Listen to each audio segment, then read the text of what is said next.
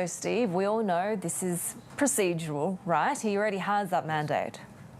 Yep, that's right. I mean, this is Election Friday in Beijing, and Xi Jinping, the only big question there is, will this vote be unanimous in the National People's Congress later today, Friday? Back in 2018, there were 2,970 votes cast for his second term. He got every single one of them. So the question is now, will he also get that? Because, in that same year in 2018, he also later that year, got those constitutional changes to allow him to essentially rule in perpetuity, and he will likely be voted in for a president's busting third consecutive term. There could be further terms down the road. We simply don't know right now because he has not named a successor. So the biggest questions today, as they also do a number of other votes, and I can bring up the three gentlemen that are in focus today. This is their day, and Li Qiang, the new premier designate, will get his day tomorrow and then on Monday with a press conference. But today it's all about Xi Jinping securing that third consecutive term, as well as re-upping as the Central Military Commission head.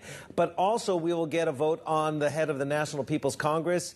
Li Jianshu will be stepping aside. He's hit the age requirement, and likely the number 3 standing committee member will take over from him, and that is Zhao Leji. He will become the new head of the National People's Congress. Also, there will be a vote for vice president. Wang Qishan will be stepping aside. He has also hit that retirement age. And this is probably the most interesting thing out of what should be a non-eventful voting day in the National People's Congress, because we simply don't know who will be the vice president. And you can bring up his name. You can bring up Han Zheng is most likely be picked because he's the only retiring Politburo Standing Committee member to retain a seat in the National People's Congress.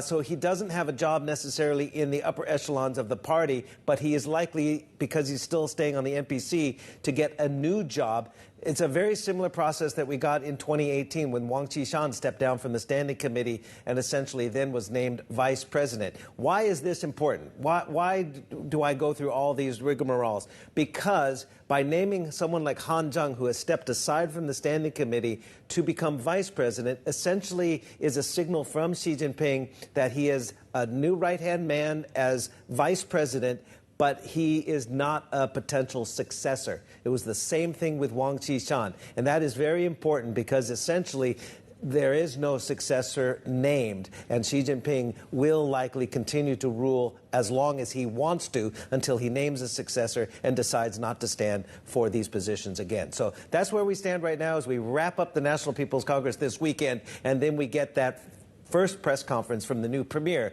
Li Qiang, on Monday.